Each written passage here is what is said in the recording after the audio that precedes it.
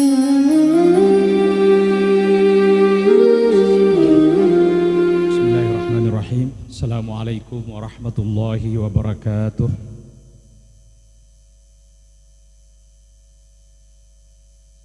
Alhamdulillah. Alhamdulillahi rabbil alamin. Wassalatu wassalamu ala ashrafil anbiya'i wa khatamil mursalin. Sayyidina wa syafi'ina wa habibina Muhammadin sallallahu alaihi wasallam wa ala alihi wa sahbihi wa man sara ala nahjihi wa ihtada bihadihi ila yaumiddin. Amma ba'd. Hadirin wal hadirat, bapak-bapak, ibu-ibu yang saya muliakan dan dimuliakan Allah Subhanahu wa taala. Salah satu ajaran tasawuf yang patut kita renungkan bersama adalah takhallaqu bi akhlaqillah, yang kira-kira artinya berusahalah berakhlak seperti akhlak Allah. Tentu akhlak-akhlak Allah itu banyak sekali, termasuk yang sering kita baca sebelum buka puasa. Allahumma innaka afuun karimun tuhibbul afwa fa'fu anna ya karim. Sesungguhnya engkau maha pengampun, mencintai ampunan, maka ampunilah kami wahai Tuhan yang maha pengampun. Juga di antara sifat Allah atau akhlak Allah itu adalah alimun hakim, maha mengetahui dan maha bijaksana. Karena itu kalau berdasarkan ajaran tasawuf tadi, maka dengan sifat yang Allah miliki, alimun, berarti kita juga dianjurkan agar senantiasa mencari pengetahuan dan kebijaksanaan. Hakimun secara sederhana diartikan sebagai maha bijaksana. Artinya maha bijaksana itu setiap perkataan dan tindakan kita itu harus sesuai dengan tujuannya. Oleh karena itu Allah Subhanahu wa taala tidak ada sesuatu yang sia-sia yang Dia ciptakan. Segala sesuatu yang diciptakan oleh Allah, segala sesuatu yang diatur oleh Allah Subhanahu wa taala itu memiliki visi dan tujuan. Nah, itu yang perlu kita copy paste dalam kehidupan kita agar setiap amalan yang kita lakukan itu harus memastikan sesuai tujuannya atau belum. Itu kira-kira terjemahan sederhananya takhallaqu bi akhlaqillah. Jadi ketika Allah mengumumkan bahwa dirinya adalah hakim, maha bijaksana, maka kita juga harus menjadi bijaksana di dalam kehidupan ini. Salah satu terjemahannya adalah ketika kita melakukan sesuatu, ketika kita mengatakan sesuatu, kita harus pastikan apa yang kita lakukan itu sesuai dengan visinya. Karena kalau tidak, itu berarti kita tidak menjadi bijaksana. Bapak Ibu sekalian, karena itu di dalam Islam, ulama kita mengatakan bahwa setiap aturan yang dikonstruk oleh Allah Subhanahu wa taala itu pasti ada tujuannya. Oleh karena itu ulama kita mengatakan ada dua tipe cara beragama. Yang pertama adalah ada yang disebut dengan syariah base. Syariah base itu artinya seseorang tuh beragama yang penting dia sudah melakukan amalan itu berdasarkan prosedurnya yang kita katakan dalam bahasa agama sebagai rukun dan syaratnya. Itu namanya syariah base. Yang kedua, ada yang disebut dengan maqasid base. Maqasid base itu artinya orang beragama berdasarkan visinya. Bukan hanya dia fokus pada prosedurnya, tetapi dia juga harus memastikan apakah yang dilakukan itu sudah berdasarkan visinya atau tujuannya.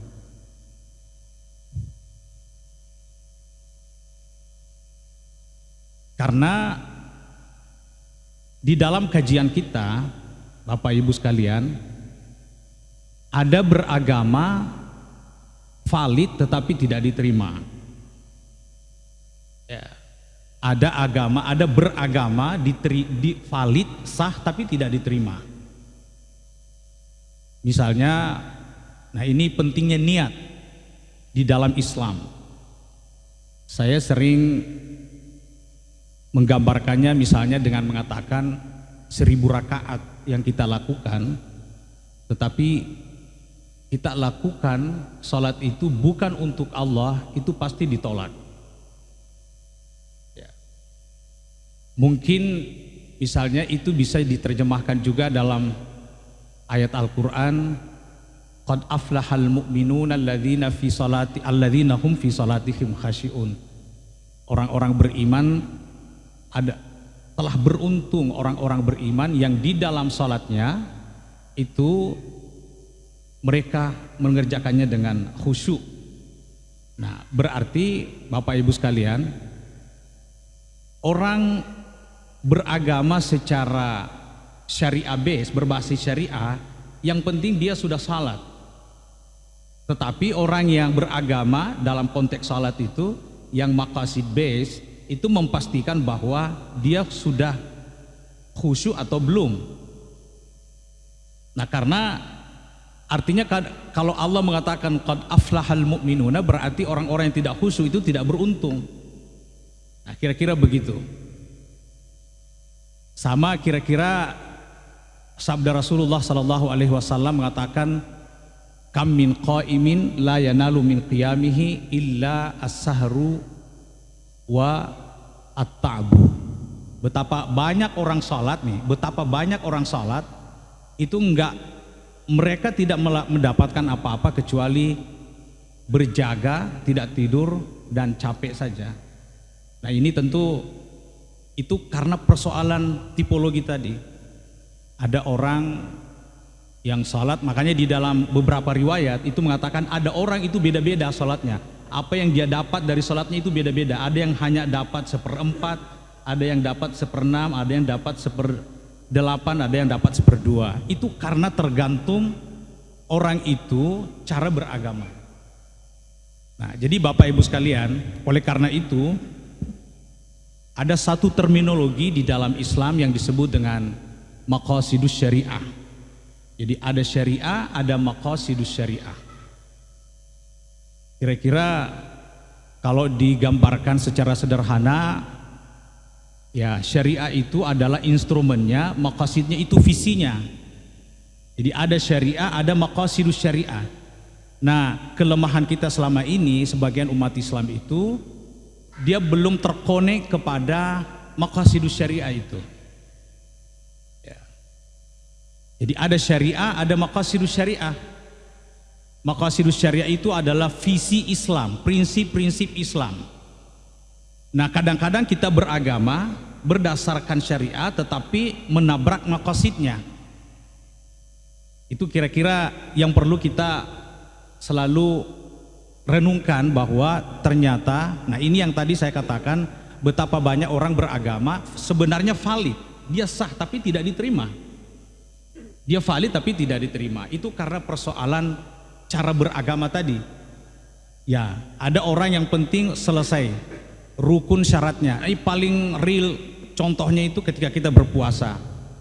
Ini paling bagus contohnya, betapa banyak orang berpuasa dia nggak dapat apa-apa kecuali dahaga dan lapar saja.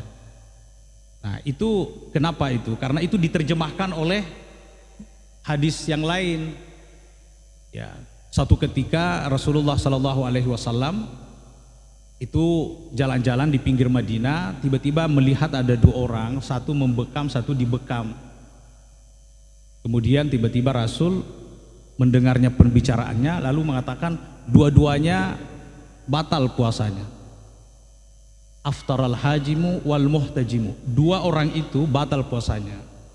Secara sederhana kita fahami bahwa kalau begitu orang membekam batal puasanya. Padahal ini membingungkan karena Nabi menurut satu riwayat itu pernah berpuasa membekam. Jadi yang mana yang benar? Nah, ulama kita menelusuri ternyata Nabi mengatakan dua-duanya batal puasanya itu bukan karena pembekaman, tetapi keduanya ketika melakukan pembekaman mereka juga sibuk menggosip orang. Nah, jadi gini, jadi dia membekam, tidak makan, tidak minum, itu secara syariah base sudah masuk, tapi maqasid base-nya nggak masuk. Nah, ini yang perlu kita kembangkan dalam beragama kita. Nah, ini yang disebut dengan maqasidus syariah. Saya sering menggambarkan maqasidus syariah itu seperti Pancasila dalam sistem negara kita. Ya. Kalau Al-Quran itu sebagai Undang-Undang Dasar 45, nah di bawahnya itu ada fikih, ada fatwa, ada ijtihad, itu semuanya tidak boleh menabrak konstitusi kita. Jadi peraturan menteri, PP, undang-undang itu nggak boleh menabrak, tidak boleh bertentangan dengan Undang-Undang Dasar dan Pancasila. Begitu kira-kira posisi maqasidus syariah di dalam Islam kita. Kita punya Quran, itu Undang-Undang Dasar 45 kita. Kita punya maqasidus syariah itulah yang bisa diposisikan sebagai Pancasila. Nah, pentingnya di mana? Pentingnya apabila ada produk undang-undang di Indonesia misalnya, itu yang bertentangan dengan Undang-Undang Dasar 45, itu bisa diuji di Mahkamah Konstitusi, bisa ditabrak, bisa di cancel, bisa dianulir. Sama kita, kalau ada produk pemahaman keagamaan yang berusaha menabrak maqasidus syariah ini, itu bisa di cancel. Itu betapa pentingnya maqasidus syariah di dalam sistem beragama kita. Jadi saya ulangi lagi, ada produk undang-undang atau peraturan menteri, peraturan daerah yang ditengarai bertentangan dengan konstitusi, itu bisa di cancel di Mahkamah Konstitusi. Sama di kita, kalau ada pemahaman keagamaan yang bertentangan dengan maqasidus syariah ini, itu bisa di cancel.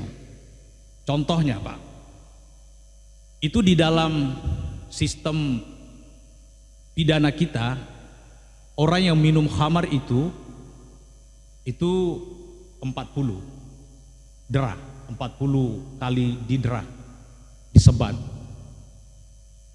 Tetapi satu ketika Umar Ibn Khattab itu dilapori oleh gubernurnya di Dimash bahwa di sana itu orang-orang sudah meremehkan 40 itu. Sudah meremehkan 40 itu. Maksudnya mereka menganggap ringan 40 itu, sehingga Umar mengumpulkan para sahabat untuk mengatasi solusi ini, mengatasi masalah ini. Bagaimana supaya orang-orang di sana tidak meremehkan hukuman minuman khamar itu yang 40 kali derah saja. Akhirnya para sahabat diskusi, terakhir Ali bin Abi Thalib mengatakan kalau saya berpandangan itu ditambah menjadi 80. Nah, kenapa ditambah menjadi 80? Karena visinya, nah visi hukum pidana itu adalah penjeraan, menjerah orang supaya tidak melakukan hukuman. Nah, kalau 40 itu tidak menjerah mereka, maka perlu ada strategi untuk menjerah mereka, maka terjadilah 80, dan itu disepakati oleh ulama kita menjadi 80. Nah, ini salah satu contoh bahwa dulu para sahabat itu sudah mengembangkan maqasidus syariah itu. Mereka faham bahwa hukum-hukum pidana itu sebenarnya visinya adalah penjeraan. Hukuman itu kalau tidak menjerah lagi, mestinya dicari strategi baru. Nah, itulah yang sepatutnya. Misalnya di Indonesia, kalau misalnya ini, kalau berdasarkan itu, Maka sesungguhnya hukum-hukum pidana kita mestinya seperti penjara misalnya itu sudah mesti direvisi.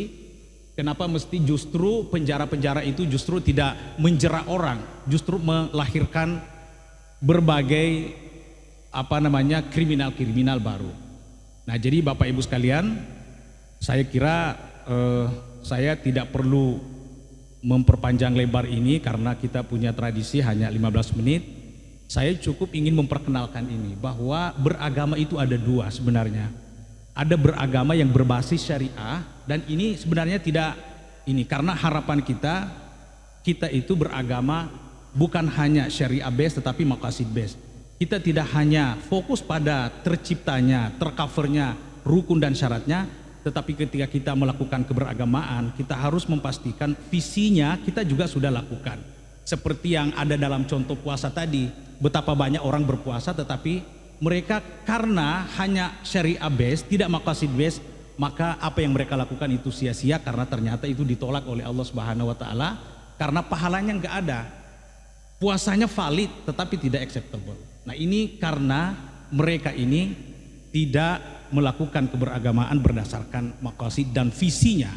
Oleh karena itu, dalam kesempatan ini mudah-mudahan kita senantiasa menjadikan bulan suci Ramadan untuk selalu meningkatkan cara beragama kita, bukan hanya syariah based tetapi juga berdasarkan maqasidnya. Mudah-mudahan apa yang saya sampaikan bermanfaat bagi kita semuanya. Wabillahi taufiq wal hidayah. Wassalamualaikum warahmatullahi wabarakatuh.